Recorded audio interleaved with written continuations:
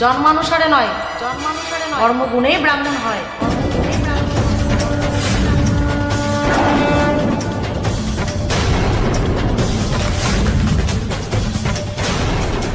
বঙ্গের ব্রাহ্মণ বলে যারা পরিচিত, শাস্ত্র অনুসারে তারা কি ব্রাহ্মণ নন? মিসেস চিত্রা সরকার কি পারবে সেই সত্য প্রমাণ করতে?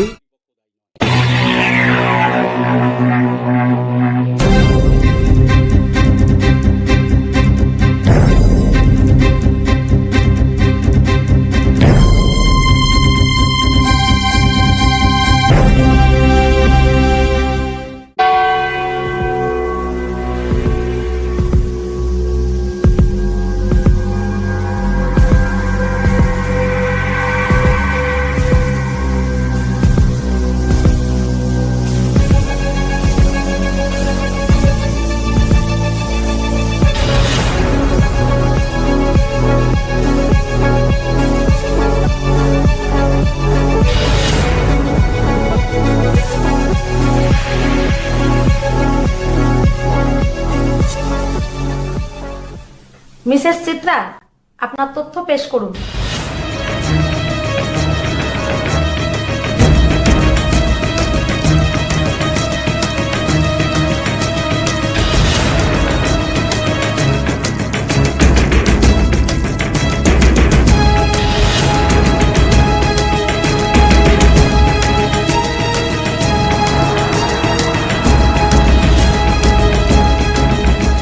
মিসেস পুরবী, আপনার কাছে আর কি কোনো শাস্ত্রীয় প্রমাণ আছে যে জন্মসূত্রেই ব্রাহ্মণ হয়? অনেক শাস্ত্রীয় প্রমাণ তো দিয়েছি ধর্মাবতার। হ্যাঁ দিয়েছেন, কিন্তু আপনি যে শাস্ত্রীয় প্রমাণ দিয়েছেন তার থেকে অধিক গ্রহণযোগ্য জন্মসূত্রে ব্রাহ্মণ হয় না।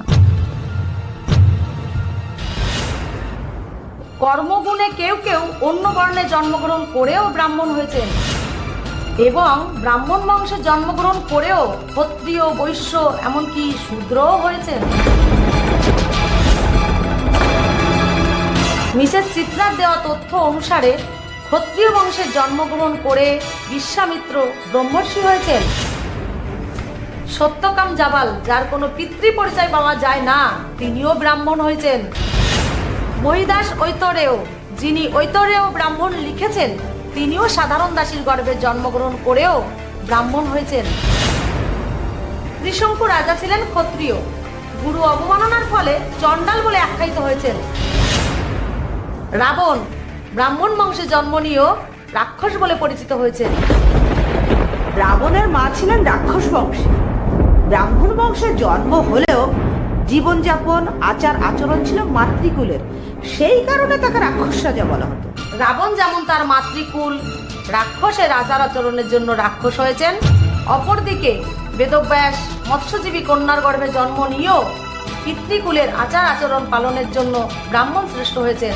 তাহলে এর দ্বারা পরিষ্কার প্রমাণ হয় যে জন্মানুসারে নয়, কর্মগুণেই ব্রাহ্মণ হয়।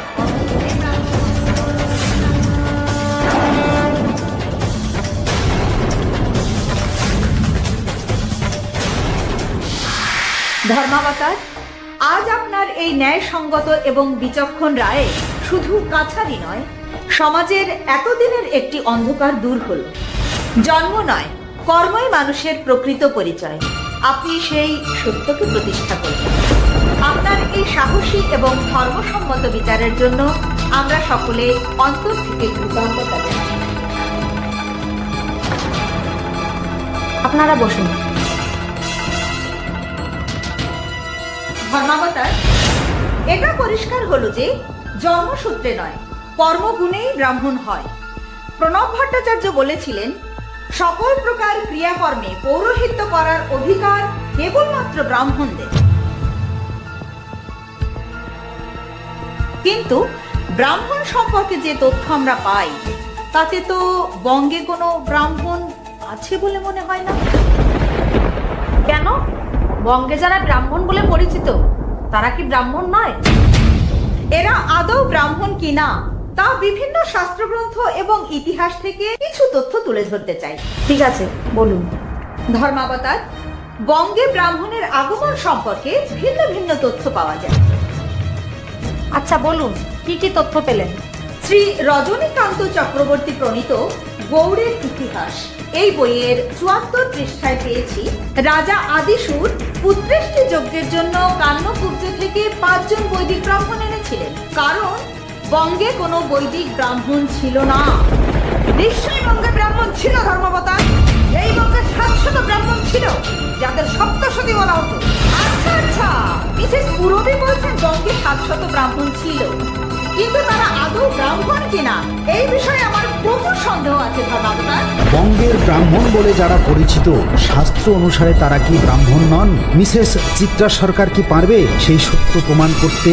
দেখুন আগামীকাল মহিলা কাছারি ধারাবাহিকের পর্ব ৮-এর দ্বিতীয় অংশে।